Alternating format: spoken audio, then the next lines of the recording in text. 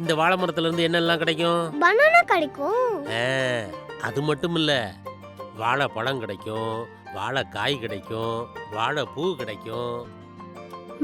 இந்த வாழை மரத்துல நிறைய வகை இருக்கு. ஒவ்வொரு வகையிலையும் ஒவ்வொரு மருத்துவ குணம் இருக்கு. வாழையில எல்லா பாகங்களையுமே நாம பயன்படுத்தலாம். உதாரணத்துக்கு இலைய போட்டு நாம சாப்பிடலாம். அப்போ அந்த வாழை இலையில சூடான சாதத்தை போட்டு சாப்பிடும்போது அது உடலுக்குள்ள போகும்போது நல்ல சத்தை கொடுக்கும், ஆரோக்கியமான உணவா இருக்கும், உடலுக்கும் நல்லது. வாழைக்காய் பொரியல் பண்ணலாம், வாழைத்தண்டை கூட்டு வச்சு சாப்பிடலாம், வாழைத்தண்டுல சூப்பு வச்சு குடிக்கலாம், சிறுநீரகத்துல இருக்கக்கூடிய கல்லை கூட அது கரைக்கும். அவ்வளவு மருத்துவ குணம் இருக்குது. வாழை மரத்தை பத்தி வேற ஏதாவது சந்தேகம் இருக்கா? இல்ல தாத்தா, நீங்க எல்லாமே சொல்லிட்டீங்களே.